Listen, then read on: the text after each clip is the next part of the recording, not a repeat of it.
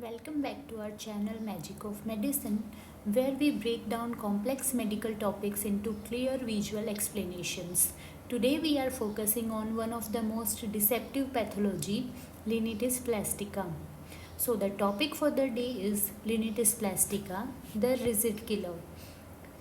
We are giving special focus in this video on its causes, diagnosis and imaging along with some easy mnemonics. Also, we will discuss the important exam questions and easy explanations to those.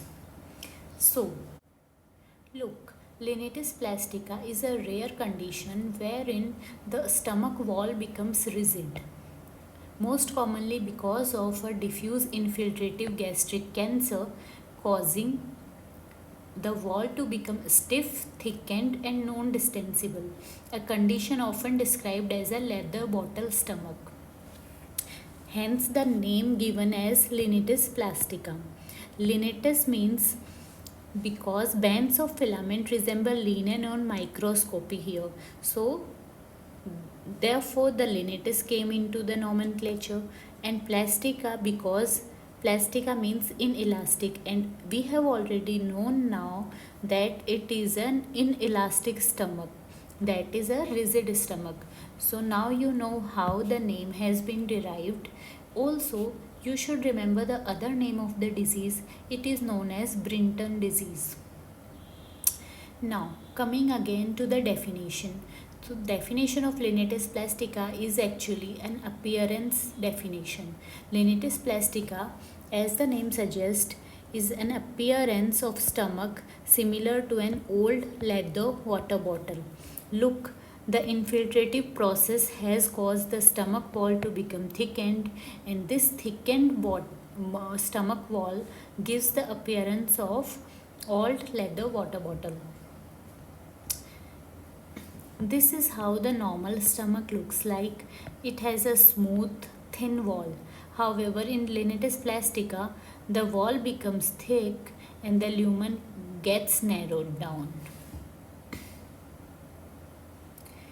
Coming to the causes. So, I have a mnemonic for the causes. It is Linitis plastica. L stands for lymphoma. Mostly or always you can remember as a rule as Hodgkin lymphoma. Because Hodgkin lymphoma has a desmoplastic reaction, it causes stomach wall to become rigid. I stands for inflammation. Inflammation in stomach usually is Crohn's disease or sarcoidosis. In Crohn's disease, we have already studied multiple times that there is a ram's horn appearance of stomach, which is because of the infiltrative inflammation of Crohn's. Third, M stands for metastasis, especially from breast and lungs. These gives desmoplastic reaction causing stomach wall to become rigid. I stands for infection. Chronic infections can cause rigidity in stomach wall. And what are those chronic infections? Those are TB and syphilis. T again stands for TB because in our country TB is very common. I stands for injury, especially corrosive injury. S stands for scarring. The scarring can be due to any cause. P stands for peptic ulcer disease. Peptic ulcer disease also in few cases can lead to fibrosis and rigid stomach. L stands for lymphoma. Lymphoma I have placed twice in this mnemonic. Why? Because we tend to remember lymphoma as an entity causing aneurysmal dilatation of the bowel or stomach. But don't forget that it can also cause desmoplastic reaction, and because of which it can also cause rigid narrow stomach or rigid narrow bowel. So lymphoma is an important entity to remember. Next is serous adenocarcinoma. This is the most important one. If you are being asked a question, tell me the cause of Linitis plastica, first answer should be sir or ma'am, serous adenocarcinoma. and then you can describe or tell the rest of the causes. So the most important one is serous adenocarcinoma. Next, T stands for therapy, that is radiotherapy. Radiotherapy, as we all know, causes fibrosis of the tissue, and when there will be fibrosis, there will be thickened and rigid stomach wall. I stands for infiltration from adjacent neoplasm. In case any adjacent neoplasm infiltrates into stomach lumen, it will have a tendency to cause rigid and narrow stomach lumen. Next, C stands for corrosive injury. Corrosive injury is an acid injury which will lead to fibrosis and rigidity of stomach wall, that is Linitis Plastica. A stands for amyloidosis. Amyloidosis is a deposition disease, and it will cause again amyloid deposition in stomach wall, and in turn will lead to Linitis Plastica. E stands for eosinophilic gastritis. It is also a kind of eosinophilic deposition in stomach wall which will lead to chronically rigid stomach wall along with luminal narrowing. Next mnemonic is slim raise. So I have given you two mnemonics to remember the causes of Linitis Plastica. First one is Limitis Plastica and second mnemonic is slim raise. You can remember Limitis Plastica by the name itself and slim raise by the fact that the patients of Limitis Plastica, or we can say Linitis Plastica, are slim because they are not able to eat well. So now S stands for serous adenocarcinoma in this mnemonic, and here it is rightly placed. S is serous adenocarcinoma and it is the most important cause of Linitis Plastica. L stands for lymphoma. Now you know which lymphoma. It is Hodgkin lymphoma. And why lymphoma? Because it can lead to desmoplastic reaction. I, now you know I stands for infection. Which infection? TB and syphilis. Inflammation, which inflammation? Crohn's disease or sarcoidosis. Infiltration, which infiltration? Now we know infiltration from adjacent neoplasms. M stands for metastasis. Which metastasis? Breast and lung, because these metastases tend to have desmoplastic reaction. R stands for radiation or radiotherapy. A stands for acid, that is corrosive and peptic ulcer. G for granulomatous diseases like TB, sarcoid, Crohn's. E stands for eosinophilic gastritis.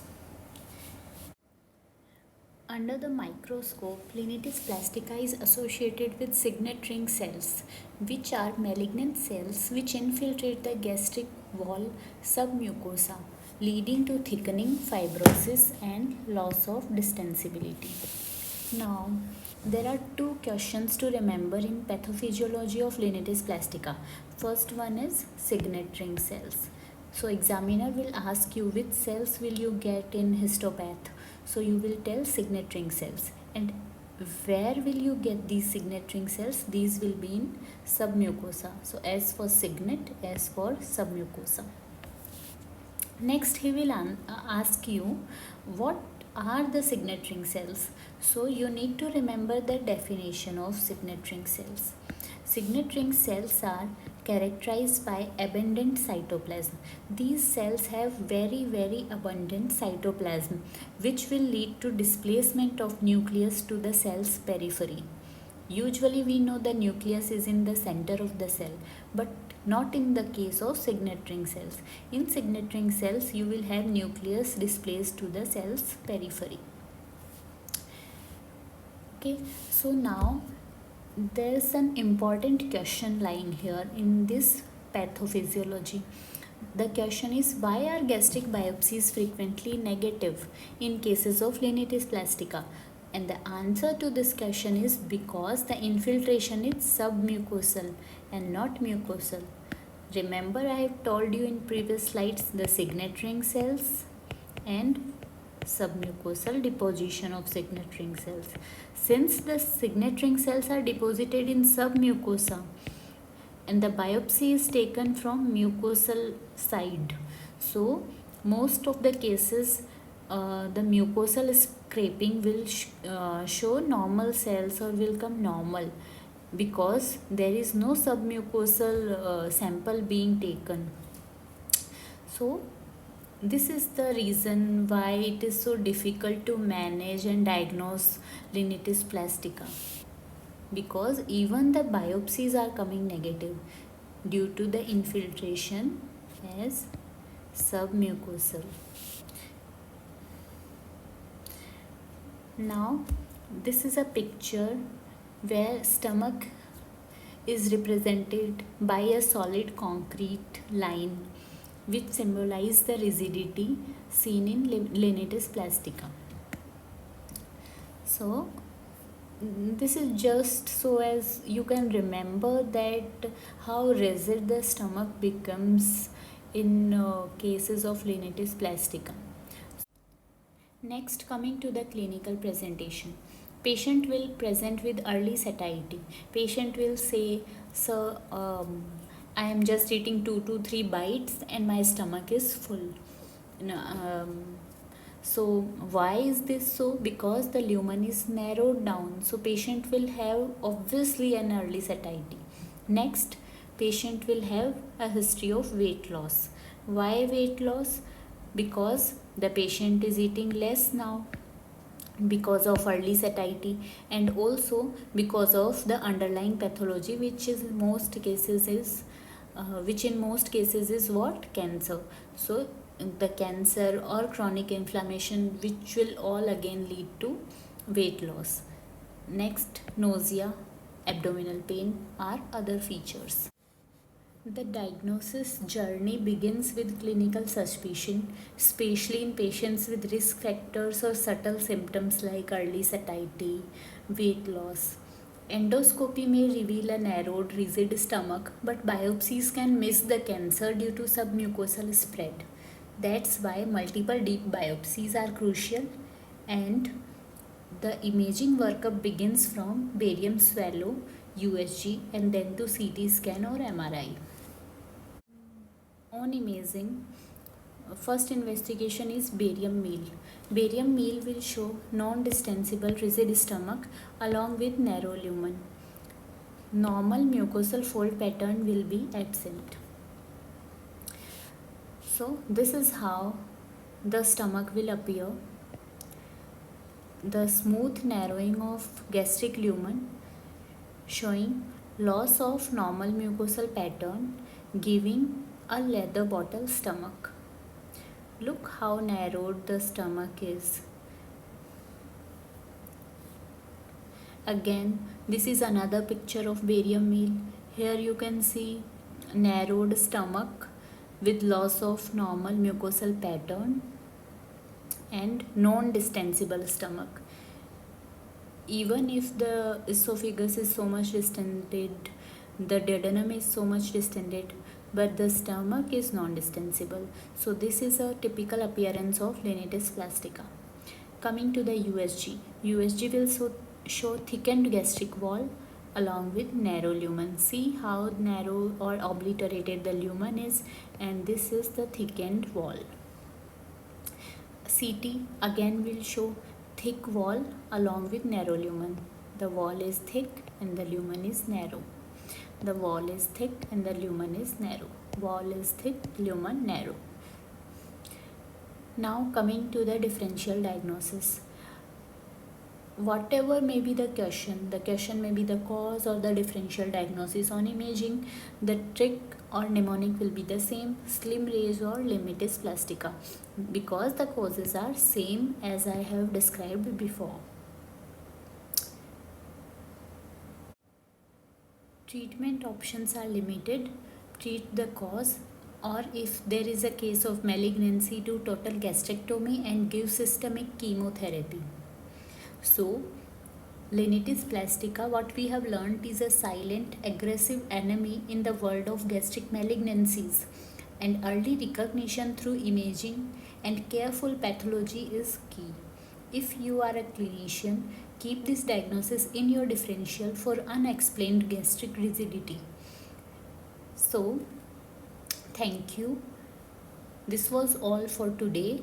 If you found this video informative, don't forget to like, share and subscribe. Have a case or question about Linitis Plastica?